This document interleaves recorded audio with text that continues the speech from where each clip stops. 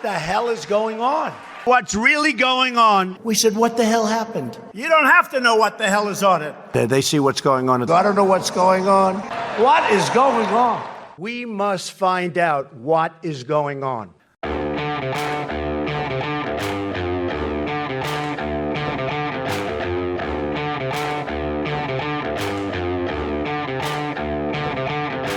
Hi, I'm Danielle Pletka. Mark Thiessen. Welcome to our podcast, What the Hell is Going On?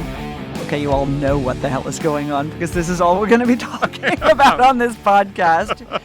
Just to give you guys a taste of what's ahead, Mark and I thought that we would take the opportunity to talk to you, a colleague, a pollster, someone who Mark works with at Fox News, who has done some really interesting polling, and we'll give you the full intro and the full run-up in a minute or two. But I do think that how the president has handled this and how he will be perceived to have handled this puts an additional burden on him that I think he didn't expect even a month ago. No, absolutely. And there's a clear effort on the part of his opponents, or a hope at least, that this will be his Katrina. That this will be his the moment when even like his solid 40 to 45% supporters start abandoning him. Right. I don't think that's very likely. I mean, there's so many unknowns here. We don't know, will this hurt Donald Trump depending on how this comes out, or do the measures we take succeed in containing the pandemic and then he's credited with the success?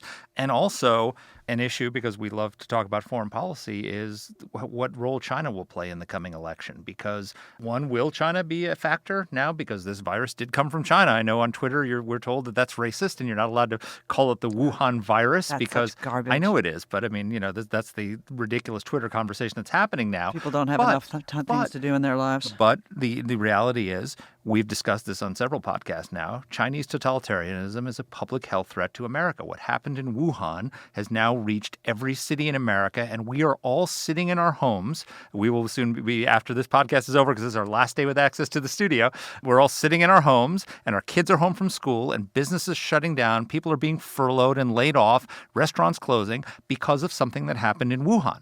And so No, because of something that happened in Beijing. I don't want to blame the people of Wuhan. Yes, it's true, the wet markets, yada, yada, yada. But at the end of the day, these decisions got made at the top by Xi Jinping. Don't make it sound like we disagree about that. Yeah, no. But I mean, we totally agree that this notion of racism is just literally people having not enough time on their hands. I mean, guys, go out and get a hobby if you're really worried about talking about this virus is racism.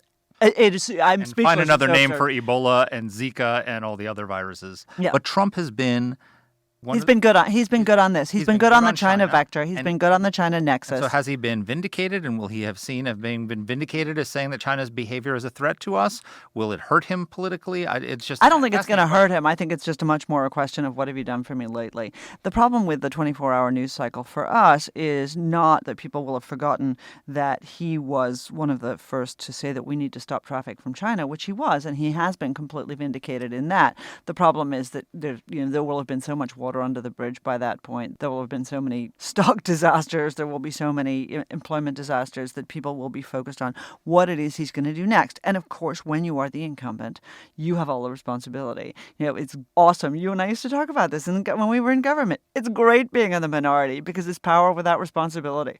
And for Joe Biden and for the Democratic Party, this is an opportunity for them to sit back because they can't deliver anything. Well, I found it fascinating in the Democratic debate that they had the other night that Joe Biden went after Bernie Sanders on China. He not only talked about his past support for the Sandinistas and his comments on Cuba, but then Bernie's response to that is always, well, people say that poverty is reduced in China, and that's not supporting totalitarianism. And basically Joe Biden said, yes, it is.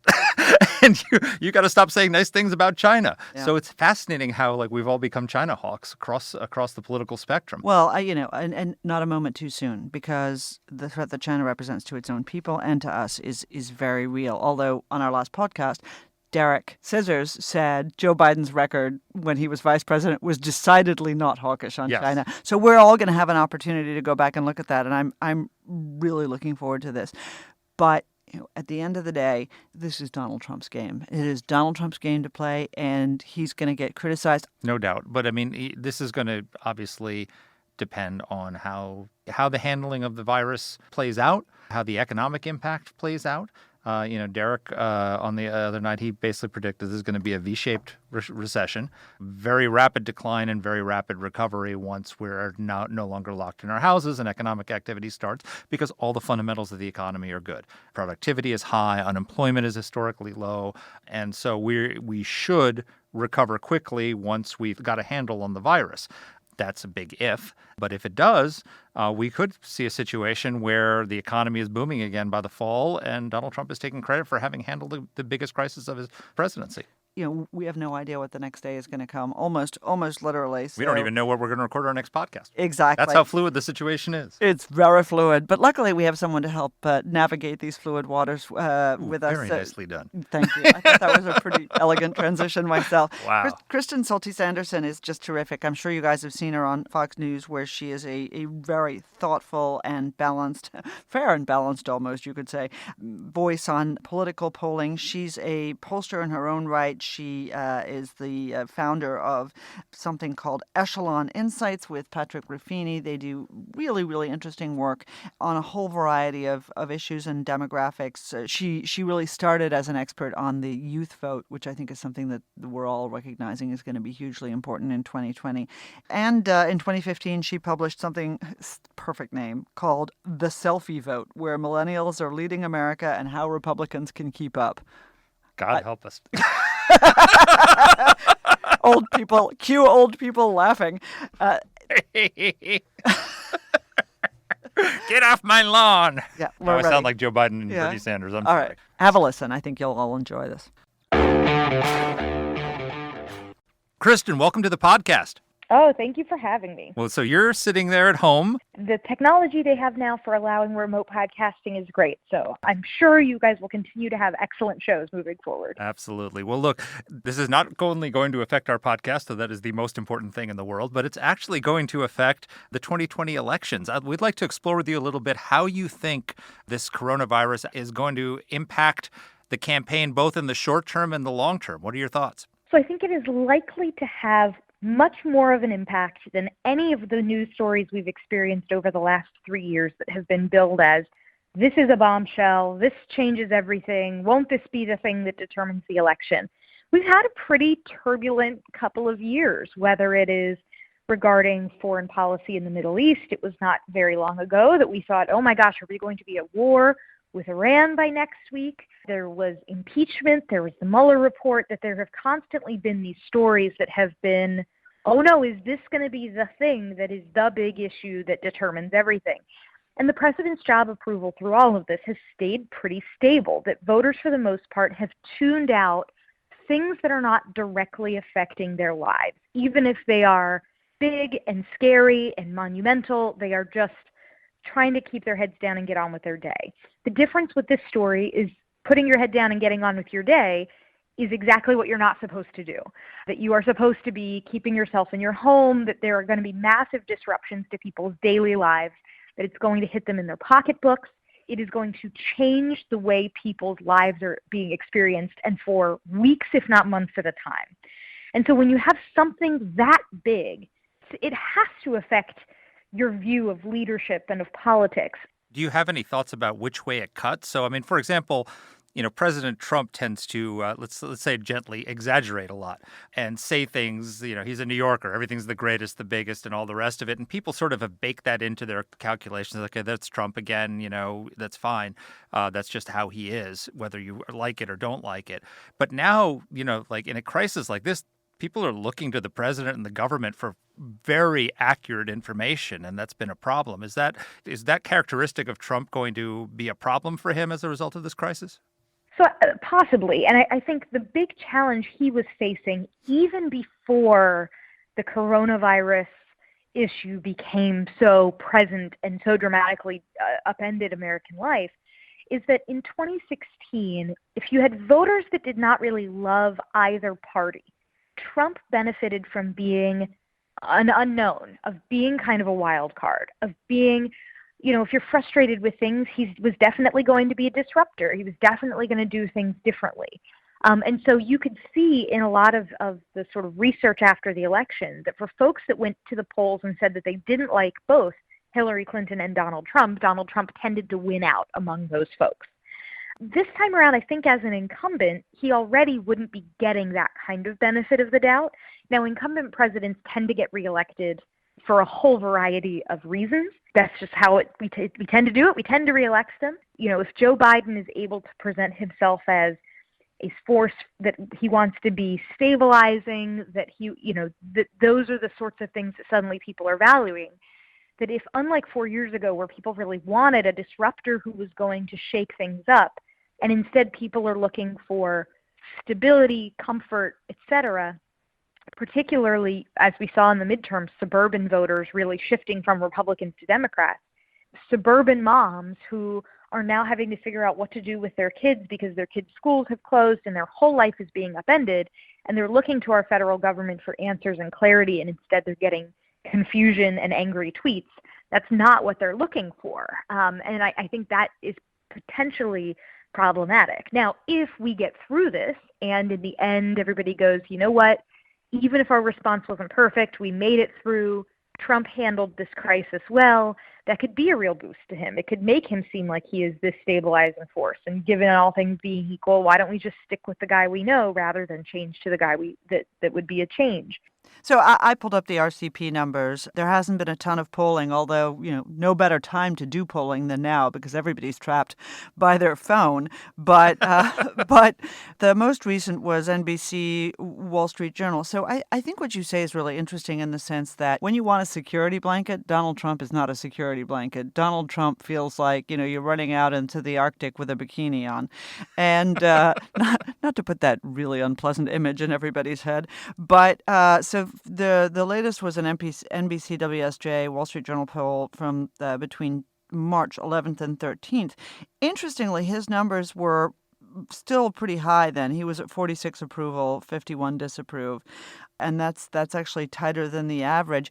Don't you think that it's possible that things might cut the other way, that fundamentally when Americans feel worried and threatened, they actually hark back to sources of authority, kind of like George W. Bush's approval after 9/11? Well, so it depends on, is this George W. Bush's approval after 9/11 or is it George W. Bush's approval after Katrina? I think that's what we still don't know yet. Great question.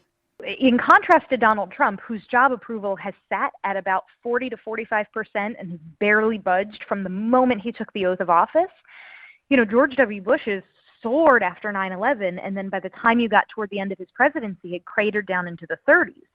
Trump's in some way, because the country is so polarized, the whole idea of could he shoot someone on Fifth Avenue and his supporters stick with him has been tested. And if his job approval stays pretty stagnant through this crisis, we'll sort of know, look, even a dramatic global pandemic, and people still, you like Trump, you stick with him, you don't like Trump, you don't.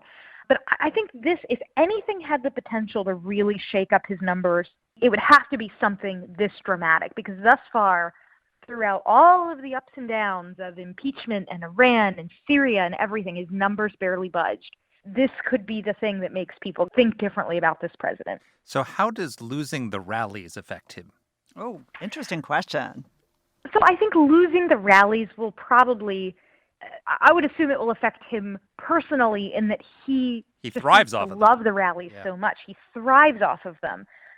And they are a way for his supporters to feel a sense of unity, a sense of it's us against the world, and look, I'm here surrounded by so many people who agree with me. Look, I'm not alone. My family says I'm crazy, but I'm not crazy. Look, I'm here, and all these other people are here with me. So I think that they are important as a way for Trump supporters to feel solidarity in the face of a broader, pop culture that sort of frowns on being a Trump supporter. I also suspect that's the sort of thing where hopefully by the summer we are past this and campaigns are able to begin resuming some kind of campaigning as normal. So I think losing rallies now in the spring of an election year is not terribly likely to have an effect. I do think if we are still facing this crisis as we approach the fall, then serious questions need to get asked about how do we conduct elections, period, in a world where having people congregate in lines in buildings is something we don't like. hopefully American life can resume some sense of normal rhythm by summer, and we don't have to worry about that in the short term. But that is one thing that keeps lurking in the back of my mind. So another factor that is really potentially going to hit the president, and I'm curious how you see it, is one of the factors that we've all looked at is the economy. You know, with an economy as good as it was up until the moment the coronavirus struck, it seemed hard to imagine that Americans would want to shift horses in midstream, given how well this particular horse is doing. That's not true either. Have you done any thinking about what that might mean in the reelect? So one of the things that most political scientists will tell you is fairly predictive of whether a president gets reelected or not, or at least their party, whether you hold the White House or it flips, is the economy in the second quarter of an election year. And so we are about to enter the thick of sort of that most predictive piece of time. And you are right that, Gallup was just releasing numbers a few weeks ago that Americans were feeling better about their own personal financial situation than they had since Gallup began asking that question, I think, decades ago. So, absolutely wild findings on that front that were great news for Trump. But you could also always have seen glass half full or glass half empty. Glass half full is, hey, look, majorities of Americans approve of the job the president is doing, and they're feeling better about the economy than they have at any point in decades. At the same time, with that kind of economy and your job approval is 44%, what's going on here? Yeah. You have to be actively working to have a bad job approval with that kind of economy. Well, he does every day. The second thing to keep in mind, though, is that, I would do these focus groups around the country. I'd go to suburbs in particular because they're so politically, there's such a focus on them now after the midterms, and would ask people how they felt about the economy. And the answers, and this was weeks ago, this was January and earlier, people would say, the economy is good. I feel pretty good about things. I see lots of construction happening in my neighborhood. That feels like a good thing, right? But it was always kind of tinged with this, I remember what it was like during the financial crisis where one day things looked good and the next day Bear Stearns was gone. And so I think there has been this latent sense out there that I have heard echoed time and again that things are good, but at any moment they could turn. And now they have.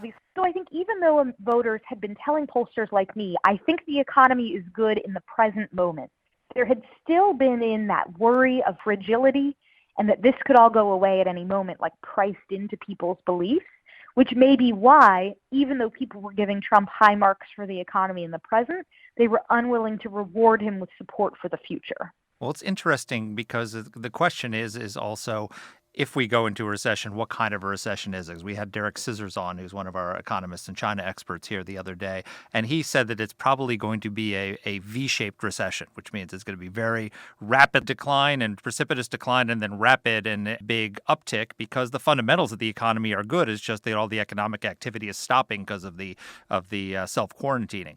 One, do you think that voters are going to blame Donald Trump for a virus when they're factoring in, the blame or credit for the economy? And two, if we do have a V-shaped recovery where the economy quickly comes back, will that second quarter feeling that you described carry over into November? Look, if the economy is back running on 8 cylinders and is, going like gangbusters as we approach November, that's great news for everyone, including the president. But I think we are still way too early in this to even begin. If my whole job is to look into the future and try to say what I think will happen, I am deeply uncomfortable doing that at this moment when we don't even know what the next week will look like. Certainly an economic bounce back would be great for the president, but there's the health part of this as well as the economic part of this. And while the president has consistently had pretty good marks on the economy, he has had pretty poor marks on the issue of health care just generally, which is where you get voters who are sort of open to the idea of these more progressive single payer or public option type plans. There's a sense that Trump and the Republicans have not really had much to say on the issue of health care, especially now that Obamacare is bad has sort of exhausted its lifespan as a message for them. Or do people primarily think of this as an economic problem, or does this become a problem of government dysfunction and healthcare, which are the two issues I tend to see pop in the top of polls, and that is, again, before coronavirus. That in a way, because the economy had been doing so well for so long, it had faded in voters' consciousnesses. It had been a top issue, 2008 through, I guess, about 2015 or so. Economy had been the number one issue, and that got replaced by healthcare and now has been replaced by government dysfunction in the surveys that I do. And so if this is viewed as a problem that is like, look, healthcare and government dysfunction are clearly front and center, and I don't think the president has done a good job on either front, then I think that could be very damaging. I mean, that would be maximally damaging to him. So before we'd asked you to come on to talk about the survey that you've done on national security, which is something that the podcast focuses on, but you brought up something that's absolutely fascinating. And so we're down to two dogs in the fight for the Democratic nomination, Bernie Medicare for All Sanders, and Joe, I was born in 1904, Biden. And it's interesting. I mean, it's interesting, of course, that Bernie Sanders is the young people's candidate, despite the fact that he and Biden are roughly at the same age. But one of the things that came out in their first mano-a-mano debate was this divide over Medicare for all. And I was interested to see that the press really slammed Bernie for not being up on the coronavirus and not capable of talking about it, and answered everything with this sort of cookie cutter, one size fits all. That's why we need Medicare for all. That's why we need Medicare for all. But do you think, alternatively, that Joe Biden, if he is meant to carry this forward into the general election, is actually woke enough with the spirit of the young people that have propelled Bernie Sanders forward, that he can answer the mail on being a good alternative on a healthcare for America? Yeah, so I think, it's clear that there is a huge generational divide in the Democratic Party. The exit poll numbers coming out of these primary states are eye-popping in that there was a generational component in 2016, but it has really just gone on overdrive this time. And frankly, the way Joe Biden's been able to lock down the nomination has been by consolidating older Democrats. That while last time around Bernie Sanders had some appeal with some older Democrats, that appears to have largely evaporated.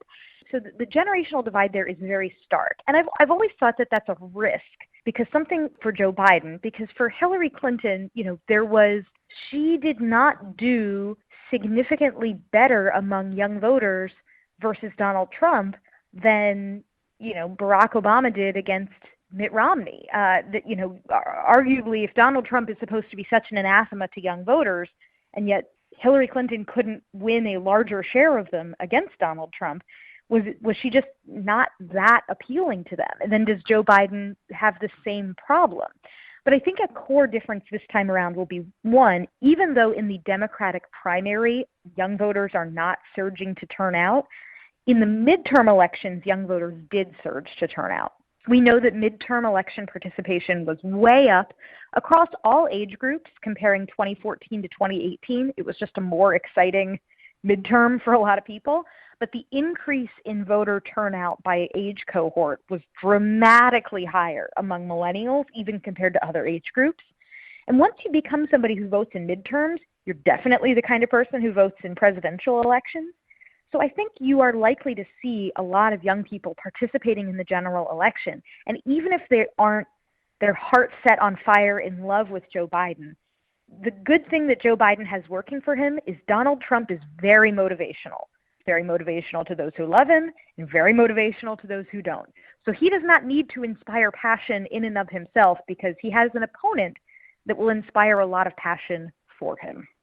So that was the logic behind Mitt Romney's campaign in 2012, too, wasn't it? Do you think that anti-Trumpism is going to do for Democrats what anti-Obamaism didn't do for Republicans? Well, I think anti-Obamaism was always just much more kind of confined to the fringes. I think, if you're looking at your sort of median swingish or on the bubble type voter in 2012, the demographics and what's motivating them would be very different than this time around folks who really feel strongly about not wanting Donald Trump to be president anymore. Is a broader group of people, and it frankly includes a lot of people who are more likely to be on the bubble as to whether they vote or not, especially, again, younger voters. So if they are extra motivated, not by a Democratic primary where it's a bunch of old men yelling at each other on a stage, but a general election where it will be old men yelling at each other on a stage, to be fair, but will include Donald Trump, who, again, he's very motivational, whether you love him or not. And weirdly, despite being older and well over 70 and in the same cohort as all these people, he doesn't seem old. He has other deficiencies, but he doesn't seem doddering or decrepit in the way that even Bernie Sanders and certainly Joe Biden does. He definitely brings an energy to the table that is that was so I could hear that diplomacy. We're going to have some interesting debates on our hands if debates wind up happening later this year. Yeah, I want to go back to something that you had sort of mentioned earlier in the interview, which is that this could have an actual impact on actual voting in terms of showing up and casting your ballots. If the virus either goes away but then resurges in the fall, or it's still an issue in the fall, it could have an impact on turnout. It would create a barrier to voting for people who are less motivated. Would that, you think, turn it into even more of a base election than it's already becoming? Well, I think there is a real value right now, with months to go, for states to begin considering making moves toward expanded absentee ballot access or all-mail voting. That there are lots of states that have made that change and it's gone quite well. In those cases, you do have serious questions around things like ballot harvesting. I know right now this is something that is sort of being debated about, can volunteers, should they be going to old people's homes and picking up their saliva-licked ballots and, collecting them all and going house to house? Like, that could be a potential threat. So, finding ways that you can do this safely, but that can expand people's access as much as possible. I think states need to be thinking about that now, because the last thing we want, it would be unbelievably damaging for our democracy, frankly, that at a moment when so many people have doubts about things, whether it's voter fraud, election integrity, is there meddling from other places, all sorts of notions that there are exterior actors who want to harm the U.S., in particular harm our democracy. And if all of a sudden we are not equipped to be able to function and have elections properly that can engage the most amount of people as possible, that's a huge problem. And it's especially a problem because we have so many months now until November to try to prepare for it. So states really do need to begin looking into ways that they can make the shifts that many other states have already made to expand the availability of mail-in ballot access so that you don't have these sort of, differentials in, access to being able to vote. So you give me the perfect segue. I really wonder if, because we are confronting this, that we are looking at other changes. You rightly say that, the landscape in the United States is going to change. People are going to have different attitudes towards what the candidates have to offer, towards how they vote, towards participatory democracy. But one of the things that we've been talking about until we turned inward really in the last 3 or 4 days was China. China. And, the impact that the Communist Party's mismanagement of the coronavirus had on the United States, on the spread to places like Italy and elsewhere. Do you think there's some possibility that, especially understanding and all the work that you've done recently on differing attitudes on national security, whether there might be some changes in American attitudes on foreign policy? So possibly. And I think a lot of this will come down to, right now there are what I think are very silly Twitter debates happening about, should you call this a virus that is coming from China or not? I mean, there are silly debates that are happening primarily on the internet and are not front of mind for most Americans. But I do wonder to what extent, when all is said and done as this unfolds, and we really take stock of how this progressed, and what information people did and didn't have, how people will view China's role in all this. Because we already know that while there are certain countries that when you ask voters, do you believe country X is an adversary of ours or not, you know that Democrats overwhelmingly will say they view Russia as the biggest threat to our security. For Republicans, they'll tend to say Iran. But China is one where you actually don't see a huge partisan divide, that folks from both parties seem to be of the minds that China is a country to be sort of watched carefully and with skepticism and, confronted with strength, but that they are not outright an adversary of ours at the moment. And so I suppose if this winds up being something where the Chinese Communist Party is viewed as being clearly culpable in what has become a global tragedy, if that shapes things at all. There was some great polling from the Pew Research Center where they have been tracking American attitudes toward other countries going back many, many years. And pretty consistently, Americans have had a positive view of China. They have not really viewed China as an adversary. Those numbers have taken they took a dramatic dive last year. And again, that's before coronavirus. Remember, right before all of this coronavirus stuff, when we were talking about Hong Kong last, it wasn't about Hong Kong's, extraordinary ability to engage in social distancing and become a model for how you deal with this. It was about the Chinese government dealing with Hong Kong and American businesses like the NBA trying to navigate the politics of how do you criticize China without hurting your bottom line? And so already this question of the world's entanglement with China and how do we engage with this massive, important, influential country, but do so responsibly. I think already those questions have been surfacing for Americans, and this just sort of throws it into very sharp relief. So you did this big foreign policy poll. You were pointing out that voters are less concerned about foreign policy than healthcare, education, taxes, et cetera, because people don't really have daily contact with the issues. I think you said that the average person is more likely to negotiate with a health insurer than negotiate with Iran. But now with the Wuhan virus, people have daily contact with the effects of Chinese totalitarianism. Do you think that foreign policy will be a bigger issue and more on the forefront of people's minds? Well, this story directly connects our global world and our engagement with other countries to those very specific issues that people had already had top of mind. So now you may be negotiating with a health insurer about how to pay for your coronavirus test. You may be looking at your paycheck and wondering if your paycheck is going to come next month because of a virus that came from overseas. So it is what I think gives this the most ability to pop into people's daily consciousness and reshape their thinking is because unlike the General Soleimani and then the tensions with Iran that occurred, the coronavirus story is one that does touch on those issues people are thinking about day to day much more so. But also, another big thing that I tend to find about foreign policy polling and public opinion on the issue is that people are very willing to change their mind on foreign policy precisely because they don't have as much direct contact with the issue. So how someone feels about healthcare might be pretty set in stone because they've had lots of personal experience that over the years has shaped their views. But foreign policy, people are much more likely to kind of outsource their decision-making on these issues to trusted leaders whose judgment they follow, which again is how all of a sudden you have Democrats shifting from believing that Russia is no big deal in 2013 to believing they're our number one geopolitical foe now, and Republicans vice versa, that people take their cues from their leaders on foreign policy issues where they don't have personal information to work on. The coronavirus story is one where now Chinese totalitarianism is in people's daily lives. I'm still curious, and I don't know that we have enough data to suggest that people are thinking about China in a negative way with regards to coronavirus on a daily basis. That for many Americans, I would be curious to see if this narrative changes at all over the course of the next couple of weeks. But I would assume people know that the disease originated in China, but I'm unsure how people's views on the Chinese regime itself will change as a result of this story.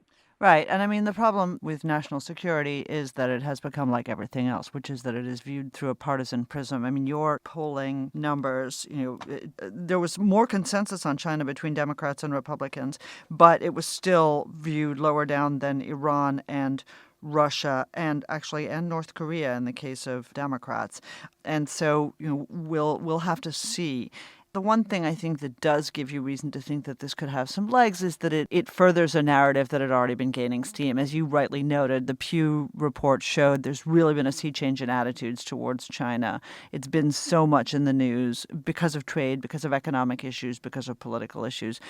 It'll be very interesting, and because of Trump. And it'll be very interesting to see how the different campaigns actually decide to handle this, because there could be some real implications for, the global economy as well.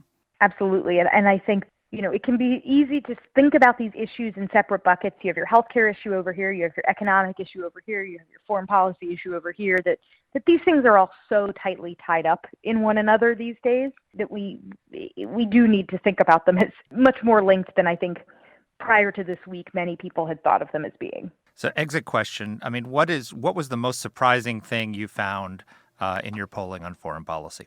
So in my poll, what we did was, because I find people's opinions on foreign policy can be pretty malleable. If you ask someone, well, do you support the Iran deal? Most people don't know what's in the Iran deal. The idea of a deal sounds good. Iran maybe not so good, and you're making a gut decision based on what the political leaders you trust have sort of told you about at that point.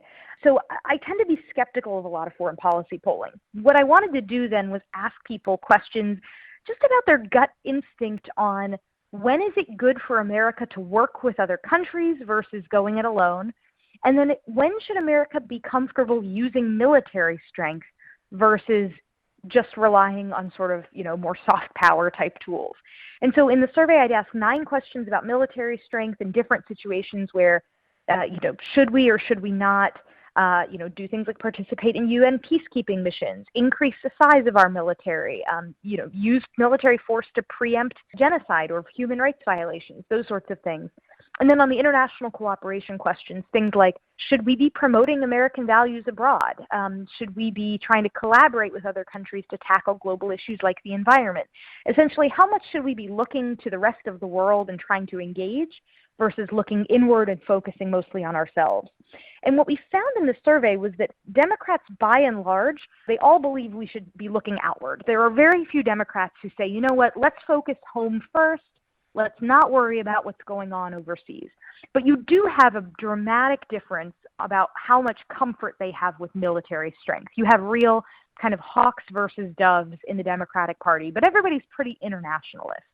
Where on the Republican side, it's a little bit more mixed. You have some more folks who are really more those kind of true, look, we need to focus at home. Let's start here first. I'm less interested in cooperating with other countries or even worrying about them. Let's start here.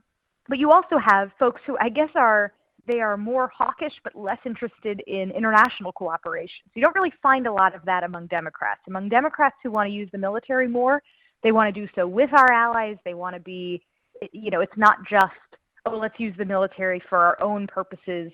Seeing these sort of divides, again, it's not just one question. We ask 9 different questions on each of those axes to get a more complex picture of where people stand and where these divides between the parties really are. Well, it's a fascinating poll, and this has been a fascinating conversation. And I hope as the election winds through this year, we can call on you again to come and give us your insight. Absolutely. Thank you so much for having me. Thanks a ton, Kristen. You were awesome. All right, Danny. So Kristen's poll has fascinating numbers here on what do voters think is the greatest threat to U.S. security. For Republicans, overwhelmingly, it's Iran. 31% said Iran was the greatest threat. For Democrats, now that the Cold War is over and the 80s called and want our foreign policy back, 34% say it's Russia. The Democrats are post-Cold War Cold Warriors. China is 18% of Republicans, only 10% of Democrats. So really not a priority. Not a priority. Right. And yet here we are in a situation where this Chinese novel coronavirus has literally shut down our economy. Yeah, it's quite remarkable. And I think that that's true before the coronavirus struck. It is absolutely remarkable that a country of 1.4 billion people with a rapidly modernizing army that is a known adversary to the United States that has been operating and attacking us in the cyberspace over years is clocking in at 10% for Dems and even at 18% for Republicans. A lot of this just tells us how politicized everything has become. You alluded to one of our favorite and oft-quoted lines that Barack Obama hit Mitt Romney with in the 2012 debates, where Mitt Romney identified Russia as one of the greatest geopolitical threats to the United States. And Barack Obama turned around and said, the 80s called, they want their foreign policy back.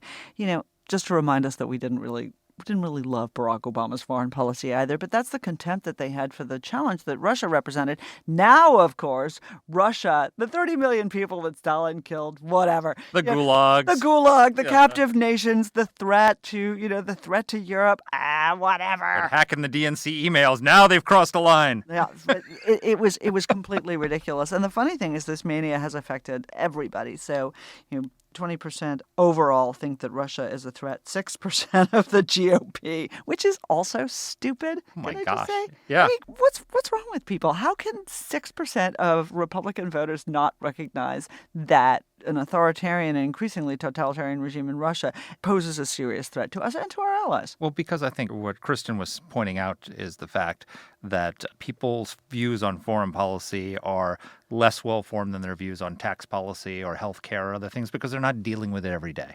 Right? We have general views about our engagement in the world. Most Americans, I think, as a general view, are reluctant internationalists. They want us to be a leader in the world. They think it's important that we remain a superpower. They think it's important that we have a moral foreign policy, but they don't want to go slaying dragons unless they really threaten us. And so we don't think about these things until a threat comes to our door. I would venture to say that those numbers on China will be very different a month from now if you ask the same poll. While we were talking, I was thinking about this. There was a very famous book written, I think, in 1912 by a man named Norman Angell. It has not withstood the test of time.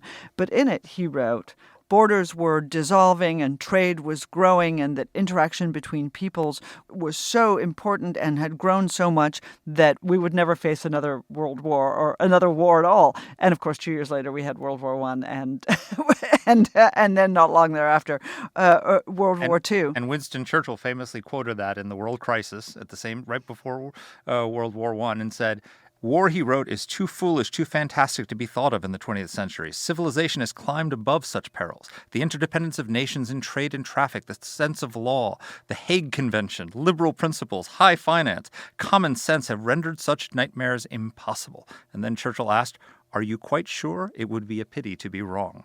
And it was more than a pity, and it was wrong.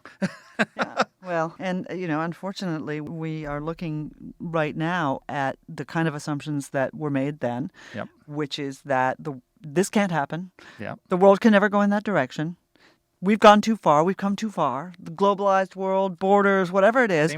Literally the same and thing. the answer is, the gods always want to show us when we presume too much. Yes. So if I was in the Trump administration, what I would be advising the president to do after this crisis has been contained. I wished you were in the Trump administration. I'd miss you, but they could use someone sensible. But if I was in the administration advising the president, after this is contained, after the virus has been, the curve has been flattened or splattened, as Dr. Fauci said the other day, and we're starting to come out of the recovery, I would advise the president to give a major speech on the threat posed by China and to lay this at the feet of Beijing and to say that this is why I've been saying we need to move our supply chains out of China. This is why we need to be less dependent on China and truly lay this at their feet because, one, it would be correct. And two, I think we need to have a really serious discussion, as we had with Derek on the podcast the other day, about our relationship with China going forward after this, because this is the Chinese coronavirus. This is the Wuhan virus.